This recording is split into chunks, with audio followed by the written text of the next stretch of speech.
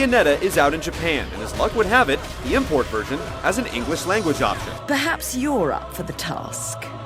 Though it's due out in a couple of months, we couldn't help but take an early look at this stunning action game from the creator of Devil May Cry that pits a shape-shifting witch against an army of avenging angels.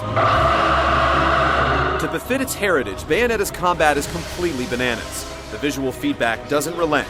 It might actually take a while before you really start to believe that your commands are making all that stuff happen on screen. With guns in the heroine's hands and heels and devastating magical attacks, the action is so absurdly over the top as to make games like Devil May Cry and Ninja Gaiden feel downright realistic in comparison. Yet it still feels good and natural. It may look out of control, but this hot, demonic mess is eminently playable. That doesn't mean it's a button masher. You only need to look toward the hypertrophic command list and the loading screens to get an idea of how deep the combat really is. With 2 basic attack buttons, you can unleash all manner of madness, hurling enemies skyward to prep them for mid-air follow-ups, or summoning demonic fists or infernal stiletto heels to punctuate your combos. And you can shoot them with guns, too.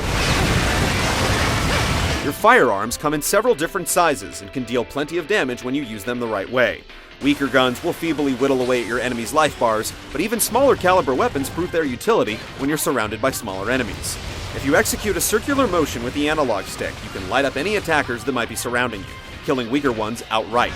The bigger foes won't be phased, but that's what witch time is for.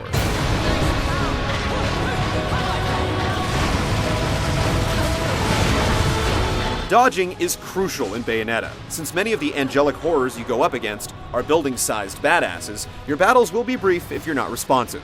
Especially well-timed dodges, though, put you in witch time. Think bullet time, but much more frequent once you start getting the hang of combat. The mechanic works well in Bayonetta because, frankly, the visual payoff of fighting is so explosive that it's easy to get into an all-offense zone.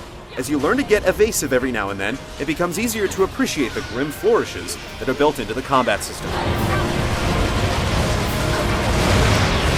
If you fight long enough without getting hit, you can execute brutal finishers that completely demolish regular enemies. These are the high points of Bayonetta's combat porn. Watching this wicked witch trip her enemies into a summoned guillotine or kick them into an Iron Maiden. Another interesting aspect of the game is Bayonetta's magical mane. Believe it or not, this witch's wardrobe is composed of living hair, the same hair that's used to knit powerful magic attacks. This means the more powerful the attack, the more skin you'll see.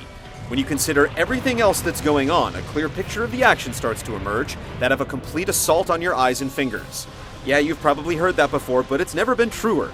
Thankfully, it looks like you'll get a few breaks during the game's extended cutscenes. Fate brought us here together, and it will never tear us apart.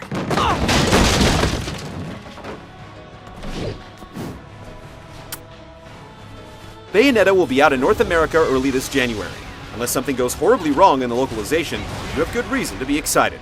Look for our full review come launch time.